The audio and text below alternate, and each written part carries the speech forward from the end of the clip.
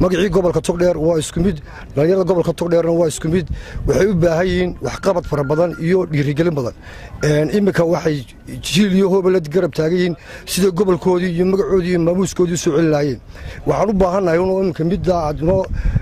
rooga noo dhagax dhigay in naloo dhammaystiro dhallinyaradina wareeg baan waday wareegga 25 kooxood buu ahaa oo sareeya oo aan kala saarayay oo B A iyo B u kala qaybinayay oo darajadoodii hore u yar baabaaday dib soo celinayay madaxweyne waxaanu ka codsanaynaa in garoonka inta ka dhammaystiran aad noo dhammaystirto dhalinyarada gobol inta ka dhiman aad noo dhammaystirto waa garoonkii kubadda cagta ee Alamsey Stadium loo oran jiray nin kastaana wuxuu ku leeyahay buu ku leeyahay in la qarin karaan ma jiro nin kasta wuxuu ku leeyahay ayuu halkan ku leeyahay bulshaduna waa ka marag kani waa bila rafala dhisay annagu haddaan dawladda hoosanahay laba kala gacanta lagu hayaa imika oo heer degme oo degmadu maamuli doonto oo kanoo kala ah oo midna xaafadda Maxamed Cali buu ka socdaa midna xaafadda Faarax Omar buu ka socdaa baanu ballan qaadaynaa labadaasna on the process way soconayaan labada imika aan gacanta ku hayn shirkad Sokoko la yiraahdo ayaan contract siinay lacagta 60% way naga haysan 40% ayaa noogu harsan biidnillah kuwana dhaqsaha xariga looga jaraya mudana Muuse Biixi Cabdi uu inoo ballaysimay roogii cagaaraa ee la dhigay garoonka Alamsey Stadium madaxweyne inaad garoonkii rooga noo dhigto oo aad noo fasaxdo iyo inaad waliba adigu noo ballaysito oo aad roogii noo dhigto labadaba waa kaaga mahadnaqaynaa runtii garoonkan Alamsey Stadium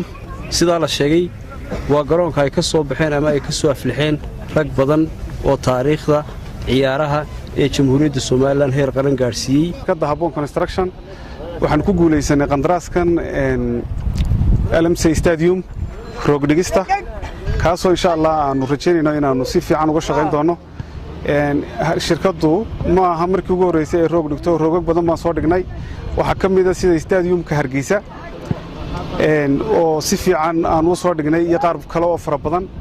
waxaan rajaynaynaa hadii Ilaahay yiraahdo inaanu aad iyo aad u farxad gelin doono dhalinyarada reer Burco markay togdheer ahaayeen goboladii Soomaaliya oo jira way kala adkaayeen xagga ciyaaraha kaftanka gabayada waxyaalo badan qurbaanimada iyo bulshada marka dhalinyarada imka joogtaana waxaan ka doonayaa inay kuwii togdheer ugu yaqaan noqdaan kuwii togdheer ugu yaqaanay